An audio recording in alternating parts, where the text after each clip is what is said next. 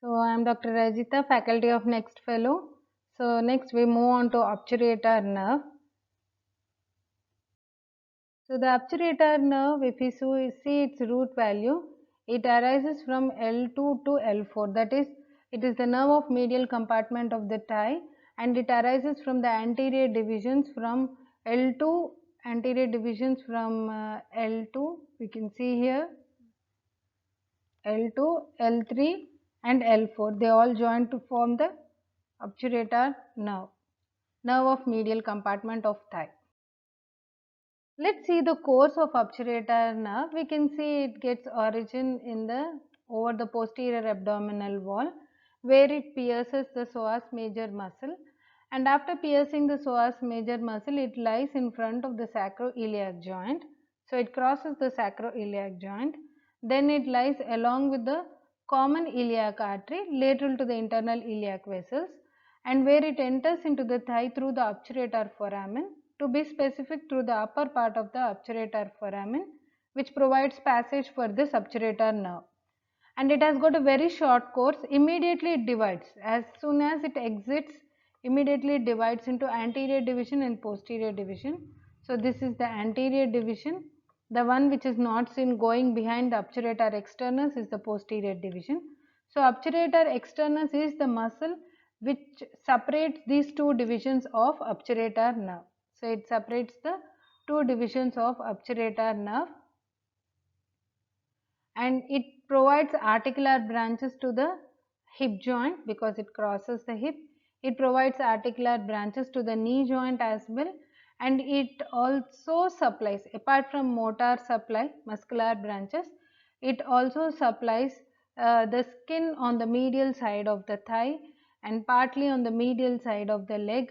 And damage to this obturator nerve, it causes the weakness in adduction. So it is supplies all the adductor muscles in the adductor compartment. So it causes weakness in adduction.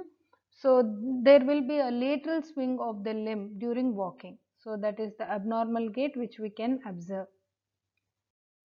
So let's do a summary on obturator nerve. So the root value is L2, L3, L4 from the lumbar plexus.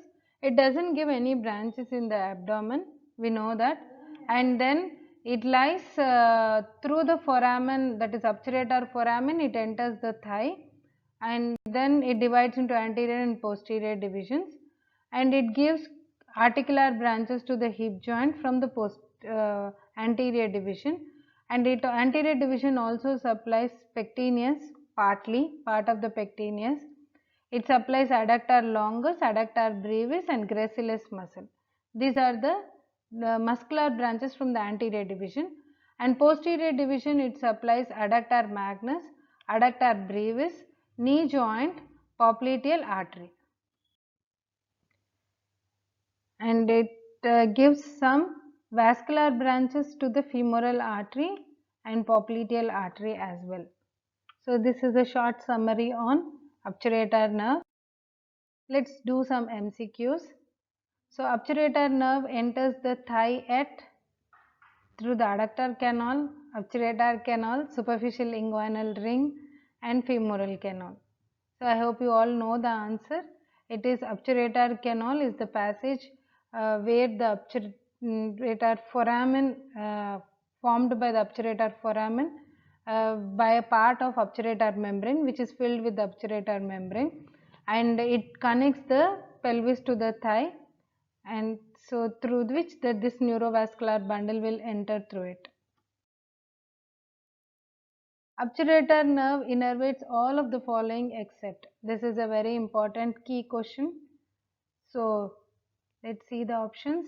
Adductor longus, pectineus, obturator internus and obturator externus.